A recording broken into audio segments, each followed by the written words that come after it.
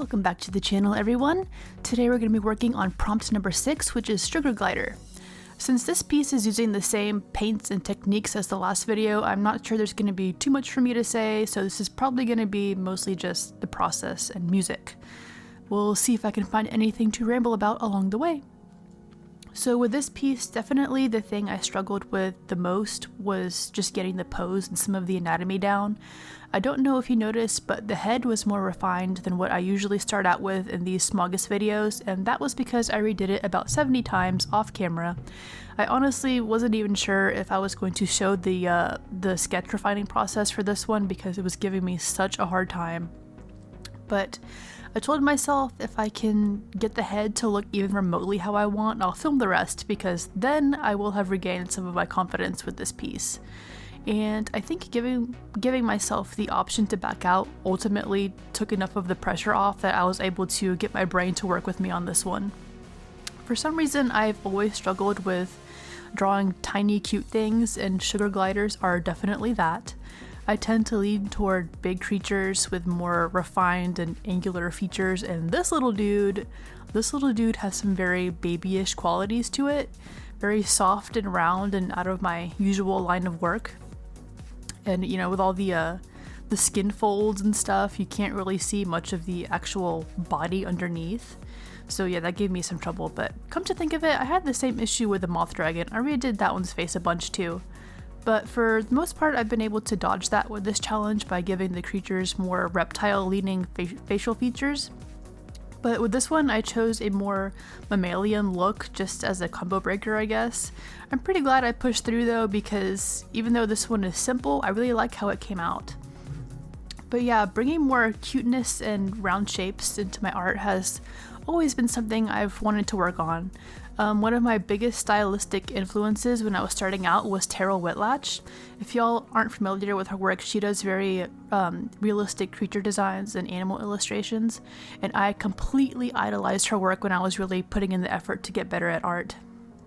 I still love her style and styles similar to it, but for the past few years I've been really enjoying a more stylized form of semi-realism. There we go. And I've been working toward making my art less stiff and more flowy and slowly trying to incorporate more of a cartoony feel to it. I don't know if I'll ever get my style exactly where I want it to be because I also have to leave room for just the way I draw and interpret things naturally, but yeah, that's where I'm headed and we'll see where that goes as the channel continues.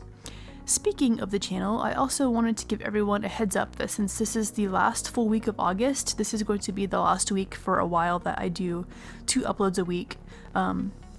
I'm going back to 1 upload a week starting next week. I haven't decided what day I'll be uploading yet, but yeah, I'm looking forward to the lighter workload and being able to spend more time making a single, higher quality video than just racing to pump stuff out twice a week. That's been really interesting trying to balance that with my job and everything else, so yeah. Hopefully I can pull myself away from watercolors long enough to show some work in other mediums. I know I keep saying that, but I'm gonna actually put the effort in. As of recording this audio, I'm not sure if I'll be able to finish SMAUGUST or not. I might do some small pieces just to get through the rest of the prompt list, but I have no idea. I don't want to force anything, so we'll just see where my inspiration takes me these next few days.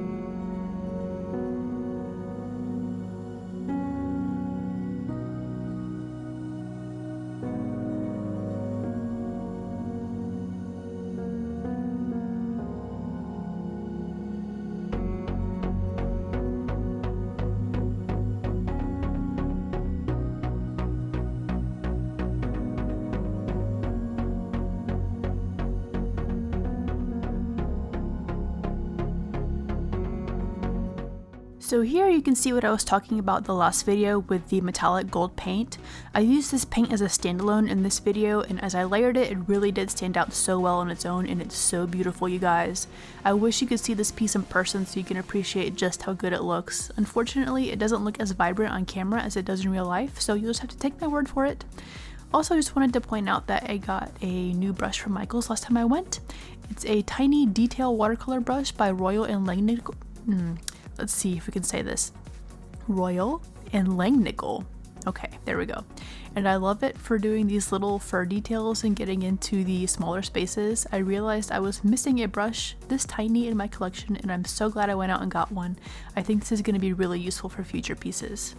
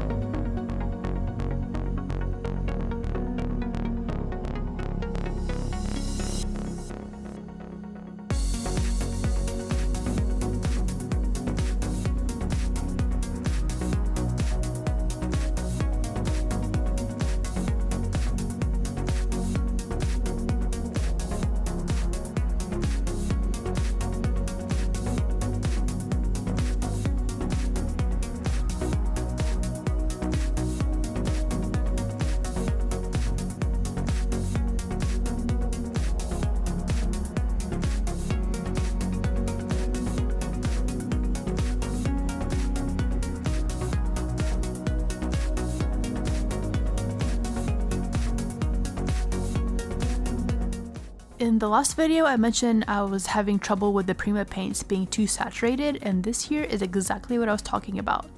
I'm used to having to pack on the paint on the brush to get the saturation I want, and with these watercolors, that is dangerous. The blue I was using to shade was going on way too thick and saturated, and I think that's not the fault of the paint. That's just me not being used to working with this particular brand.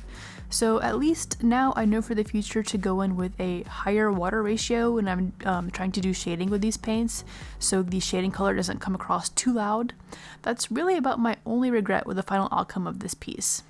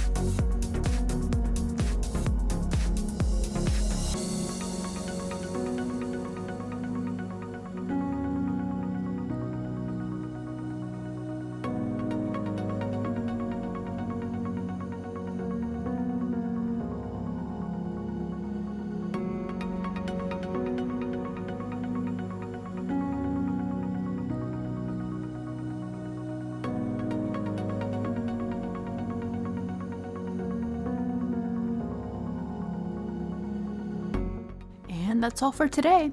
I hope you guys enjoyed watching the process for this piece. Don't forget to leave a like if you did, and maybe leave a comment and subscribe if you haven't already. I will see you all next week with a new video. Don't know what it's going to be yet, so it'll just be a surprise for all of us. So take care everyone, and see you next time.